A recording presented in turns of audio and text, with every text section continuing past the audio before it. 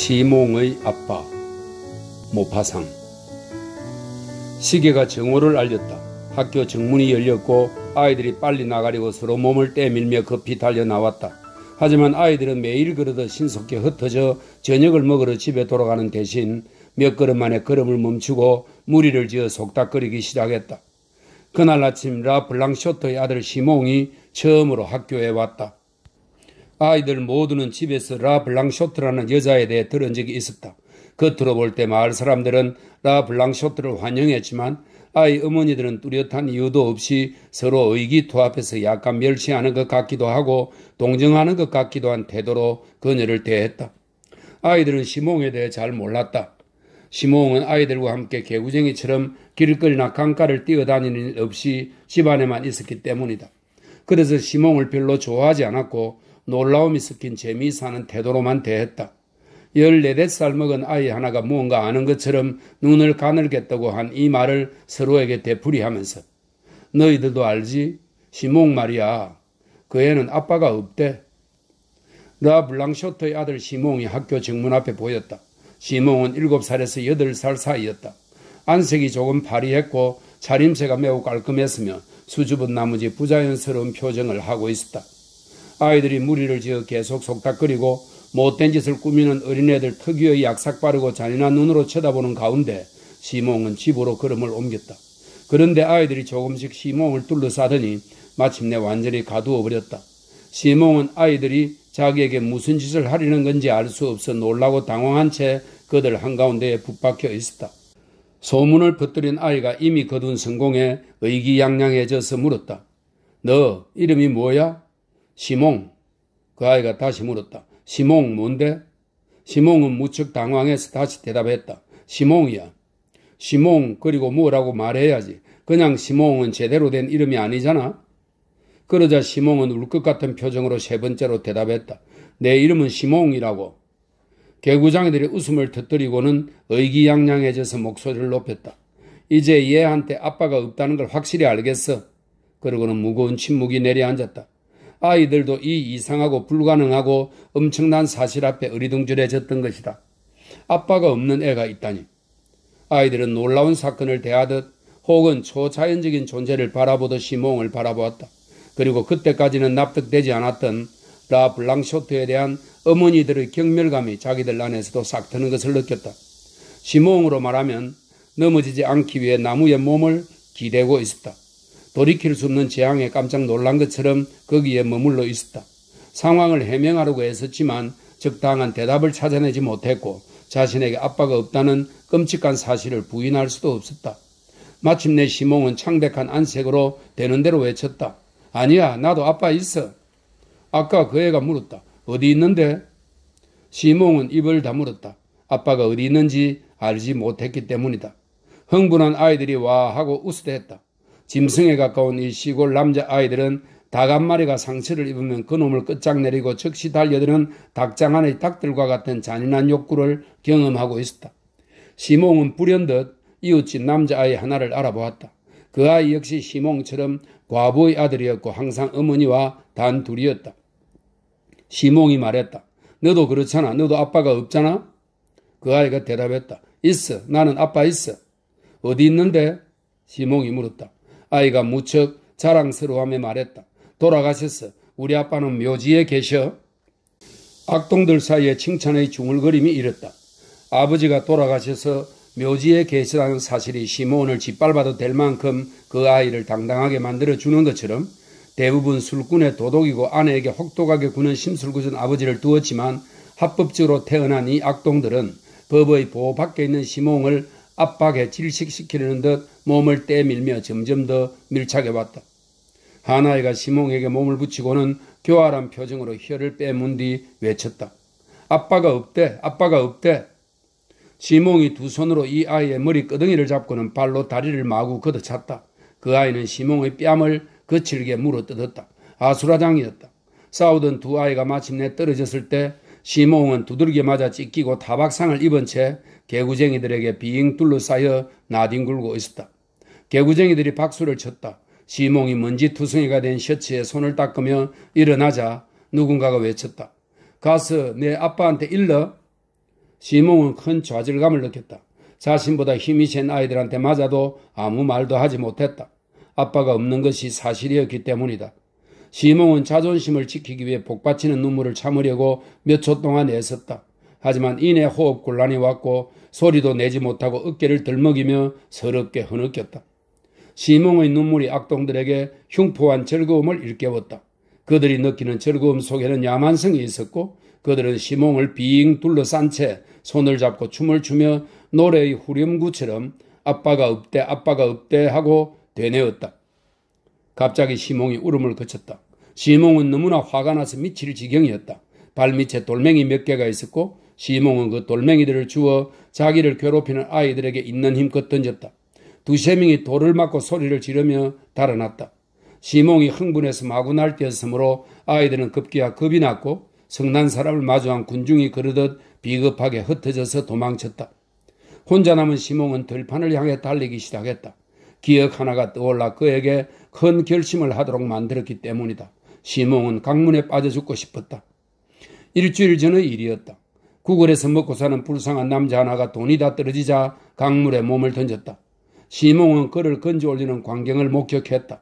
평소 그 남자는 말수가 적은 데다 초라하고 지저분하고 추해 보였다. 그런데 물에서 건져 올린 그 남자는 젖은 긴 턱수염이 창백한 뺨에 붙어있고 평온한 표정으로 두 눈을 고요히 뜨고 있었다. 그 모습이 시몬에게 충격을 주었다. 주변에 있던 사람들이 말했다. 저 사람 죽었어. 누군가가 덧붙였다. 이제 편안해졌군. 아버지가 없는 시몬도 물에 빠지고 싶었다. 돈이 없었던 그 불쌍한 남자처럼. 시몬은 강가에 도착해 흐르는 강물을 바라보았다. 물고기 몇 마리가 맑은 물속에서 장난치듯 뛰놀고 있었다. 물고기들은 이따금씩 낮게 뛰어오르기도 하고 수면을 이리저리 날아다니는 파리들을 덥석 물기도 했다. 시몬은 그 장면을 구경하느라 울음을 그쳤다. 그것들의 수작에 무척 흥미가 당겼기 때문이다. 하지만 폭풍우가 가라앉은 뒤에도 갑자기 돌풍이 불어와 나무들을 부러뜨리고 지평선 너머로 사라지듯이 때때로 날카로운 고통과 함께 이런 생각이 시몬의 머릿속에 떠올랐다. 아빠가 없으니까 나도 물에 빠져 죽을 거야. 날씨가 무척 따뜻하고 화창했다. 기분 좋은 햇볕이 풀들을 덮여주었다. 강물은 마치 거울처럼 반짝였다. 시몬은 눈물바람에 이어진 나른한 황홀경에 몇 분 동안 빠져 있었다. 그 따뜻한 풀밭 위에서 잠들고 싶은 마음이 간절했다. 조그만 초록색 개구리 한 마리가 시몬의 발밑에서 뛰어올랐다. 시몬은 개구리를 붙잡으려 했다. 하지만 개구리는 시몬의 손을 피해 달아났다. 시몬은 개구리를 뒤쫓았고 연거푸 3번 놓쳤다. 마침내 뒷다리 끄트머리를 붙잡았고 시몬은 개구리가 자기 손에서 벗어나려고 애쓰는 모습을 보면서 웃었다.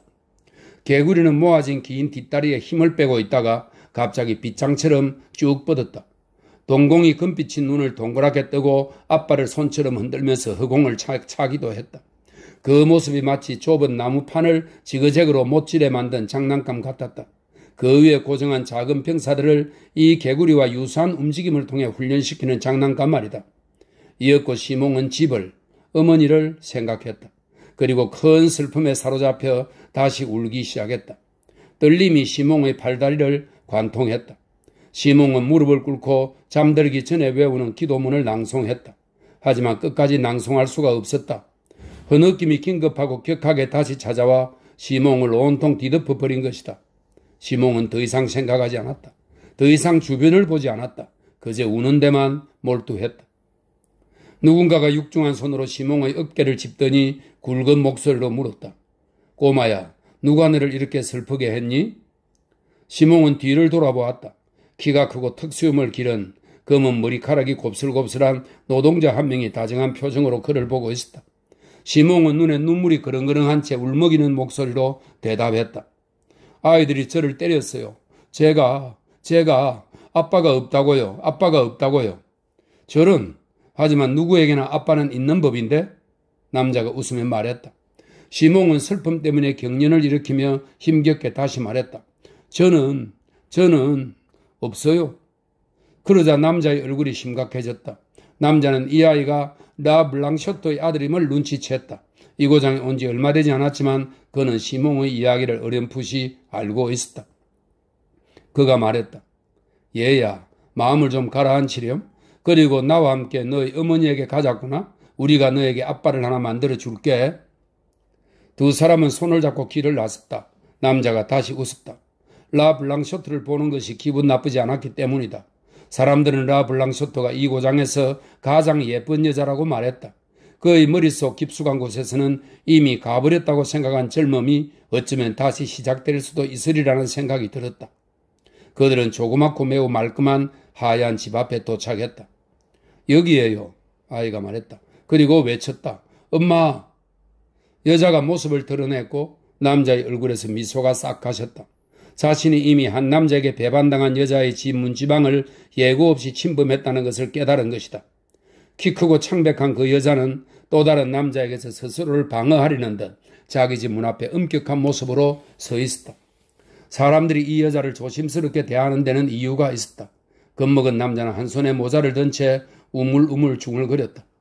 안녕하세요, 부인. 부인의 아들이 강가에서 길을 잃고 헤매고 있어서 데려왔습니다. 하지만 시몽은 어머니의 목에 매달려 다시 울면서 말했다.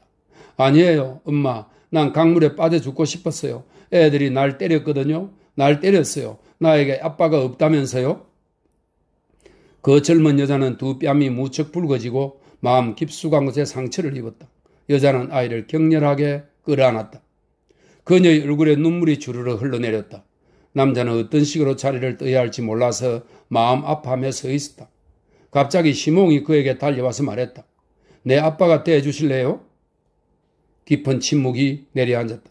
라 블랑쇼트는 부끄러워서 어쩔 줄 몰라 하며 말없이 두 손을 가슴에 대고 벽에 몸을 기댔다. 남자가 대답하지 않자 시몽이 다시 말했다. 싫다고 하시면 다시 강물에 가서 빠져 죽을 거예요? 남자는 시몽의 말을 농담으로 여기고는 웃으며 대답했다. 그러마, 그렇게 할게. 그러자 시몽이 다시 물었다. 아저씨 이름이 뭐예요? 아이들이 물어볼 때 대답하려면 아저씨 이름을 알아야 하잖아요. 필리프란다. 남자가 대답했다. 시몽은 그 이름을 기억해 두기 위해 잠깐 입을 다물고 가만히 있었다. 이윽고 시몽은 매우 안도한 표정으로 두 팔을 내밀며 말했다. 좋아요, 필리프. 이제 필리프는 우리 아빠예요. 남자는 시몽을 땅에서 들어올려 두 뺨에 입을 맞추었다. 그런 다음 성큼성큼 걸어 아주 빠르게 자리를 떴다. 다음날 시몽이 학교에 가자 아이들은 심술궂은 웃음으로 시몽을 맞이했다. 그리고 방과 후에 예의 그 아이가 다시 괴롭히려 하자 시몽은 기다렸다는 듯이 그 아이의 면전에 대고 내뱉었다. 우리 아빠 이름은 릴리프야. 사방에서 환호성이 솟아올랐다. 릴리프 뭔데? 릴리프 뭐야? 릴리프 뭐냐고. 어디서 릴리프라는 사람을 찾아낸 거야? 시몽은 대답하지 않았다. 그러나 이번에는 확고한 믿음을 가지고 도망치기보다는 괴롭힘 당할 채비를 하고 도전하는 눈길로 아이들을 노려보았다. 다행히 선생님이 나타나 시몽을 구해주었고 시몽은 어머니가 기다리는 집으로 돌아갔다. 키 큰 노동자 릴리프는 석 달 동안 라 블랑쇼트의 집 근처를 자주 지나다녔고 그녀가 창가에서 바느질하는 모습이 보이면 이따금 용기를 내어 그녀에게 말을 걸었다. 그녀는 언제나 진지한 태도로 정중하게 대답했다. 그러나 절대 그와 함께 웃는 법이 없었고 그를 집 안으로 들이지도 않았다. 하지만 남자들이 모두 그렇듯 조금 어리석은 그는 그녀가 자기와 함께 이야기를 할 때 평소보다 얼굴이 붉어지는 것 같다고 생각했다. 하지만 일단 실추된 평판은 너무나 취약하고 회복하기가 쉽지 않으므로 라 블랑쇼트가 매우 신중하게 처심했음에도 불구하고 사람들은 벌써부터 입방아를 찧어댔다. 한편 시몽은 새로 생긴 아빠를 무척 좋아했고 하루 일과가 끝나면 저녁마다 그와 함께 산책을 했다. 학교도 열심히 다녔는데 놀리는 말에 절대 대꾸하지 않아 학생들 사이에서 매우 당당한 아이로 통하게 되었다. 그러던 어느 날 시몽을 맨 처음 괴롭혔던 아이가 시몽에게 와서 이렇게 말했다. 너 거짓말했지. 너에게는 필리프라는 이름의 아빠가 없어. 왜 그런 말을 하는 거야? 시몽이 몹시 흥분해서 되물었다. 그 아이는 두 손을 마주 비비며 대꾸했다. 너한테 그런 아빠가 있다면 그 사람은 너 엄마의 남편이어야 하니까? 이 정확한 논리 앞에서 시몽은 동요했다. 하지만 이렇게 대답했다. 그래도 그 사람은 우리 아빠야. 아이가 이죽거리며 말했다. 그럴 수도 있겠지. 하지만 너의 엄마 남편이 아니라면 그 사람은 완전히 너의 아빠는 아니야. 시몽은 머리를 숙인 채 생각에 잠겨 루아족 영감의 대장간으로 걸어갔다. 릴리프가 거기서 일하고 있었다. 대장간은 무성한 나무들 밑에 파묻히다시피 해 무척 어두웠다. 무시무시한 화덕의 빨간 불빛만이 팔을 걷어붙인 채 엄청난 굉음을 내며 모루를 두들기는 5명의 대장장이들을 비추었다. 그들은 악마처럼 붉게 물든 채 타오르는 쇠붙이에 눈길을 고정하고 서 있었다. 그들의 망치질 소리와 함께 무거운 생각이 올라가고 내려갔다. 시몽은 조용히 안으로 들어가 릴리프의 소매자락을 살며시 잡아당겼다. 릴리프가 뒤를 돌아보았다. 갑자기 작업이 중단되었고 대장장이들이 주의 깊은 눈길로 그들을 바라보았다. 이례적인 그 침묵 한가운데에서 시몽의 조그맣고 가냘픈 목소리가 솟아올랐다. 저기요, 릴리프 아저씨. 미쇼도 집안아이가 아까 나한테 아저씨가 완전히 내 아빠는 아니라고 했어요? 왜 그런 말을 한 거지? 릴리프가 물었다. 시몽은 순진하게 대답했다. 아저씨가 우리 엄마의 남편이 아니어서 그렇대요. 아무도 웃지 않았다. 릴리프는 모루 위에 세운 망치 손잡이에 얹힌 두툼한 손등에 이마를 대고 생각에 잠겼다. 동료 4사람이 그를 바라보았다. 조그만 시몽은 그 거인들 속에서 몹시 불안한 표정으로 기다렸다. 대장장이들 중 하나가 모두의 생각을 대변해 릴리프에게 말했다. 라 블랑쇼트는 상냥하고 선량한 여자야. 불행한 일을 겪었는데도 꿋꿋하고 반듯하잖아. 교양 있는 신사에게 어울리는 여자 같아. 그래, 사실이야. 다른 3사람이 맞장구 쳤다. 대장장이가 계속 말했다. 그 여자가 과오를 범한 것이 그 여자 잘못일까? 상대 남자가 그녀에게 결혼을 약속했대. 요즘 사람들이 높이 평가하는 것이 따로 있긴 하지만 다른 것도 똑같이 가치가 있어. 그래, 맞는 말이야. 다른 3사람이 이구동성으로 말했다. 대장장이가 계속 말을 이었다. 그 가여운 여자는 홀몸으로 아이를 키우느라 고생했고 교회 갈 때 말고는 외출도 않고 눈물 속에 살아왔어. 오직 하나님만이 그 심정을 아실 거야. 그것도 맞는 말이지. 3사람이 말했다. 잠시 동안 화덕의 불길을 복돋우는 풀무 소리만 들렸다. 잠시 후 필리프가 시몽 쪽으로 몸을 숙이고는 말했다. 엄마에게 가서 내가 드릴 말씀이 있다고 오늘 저녁에 찾아뵙겠다고 전해주렴. 그런 다음 시몽의 어깨를 밀어 밖으로 내보냈다. 릴리프는 다시 일을 시작했다. 5개의 망치가 다 함께 모루 위로 떨어져 내렸다. 그들은 저녁까지 그렇게 힘있고 강력하게 기분 좋은 망치처럼 즐겁게 쇠를 두드렸다. 하지만 성당의 큰 종이 축일날 다른 종 소리들을 압도하며 울려 퍼지는 것처럼 릴리프의 망치는 매 순간 귀를 먹먹하게 하는 요란한 소음을 내며 다른 망치들의 소리를 압도했다. 그는 눈에 불을 켠 채 불티들 속에서 열정적으로 쇠를 베렸다. 릴리프가 라 블랑쇼트의 집에 와서 문을 두드렸을 때 하늘에는 별들이 가득했다. 그는 일요일에 입는 웃옷에 갓 세탁한 셔츠를 입고 턱수염을 말끔히 다듬은 모습이었다. 라 블랑쇼트는 문가에 나와 괴로워하는 표정으로 말했다. 이렇게 어두워졌는데 찾아오시면 곤란해요, 릴리프 씨. 그는 당황한 나머지 불분명한 소리로 우물거리며 그녀 앞에 서 있었다. 그녀가 다시 말했다. 이러시면 마을 사람들이 제 이야기만 할 거라는 걸 당신도 잘 아실 거예요? 그러자 그가 대뜸 말했다. 그런 게 다 무슨 상관입니까? 당신이 내 아내가 되어주기만 한다면요? 아무런 대답도 없었지만 어두운 방 안에서 누군가 털썩 주저앉는 소리가 들렸다. 릴리프는 얼른 안으로 들어갔다. 침대 속에 누운 시몽은 엄마의 입맞춤 소리와 엄마가 나지막한 소리로 중얼거리는 소리를 들었다. 갑자기 친구의 손이 몸에 닿는 것도 느꼈다. 그가 힘센 팔로 시몽을 붙잡고는 외쳤다. 너희 친구들에게 너희 아빠는 대장장이 필리프 램이라고 그 사람이 너를 괴롭히는 아이들의 귀를 전부 잡아당겨 줄 거라고 말하려무나? 다음 날 교실에 아이들이 가득 차고 수업이 시작되려고 할 때 시몽이 매우 창백한 얼굴로 자리에서 일어나 입술을 떨면서 또렷한 목소리로 말했다. 우리 아빠는 대장장이 릴리프 램이야. 우리 아빠가 나를 괴롭히는 애들의 귀를 전부 잡아당겨 주겠다고 약속했어. 이번에는 아무도 웃지 않았다.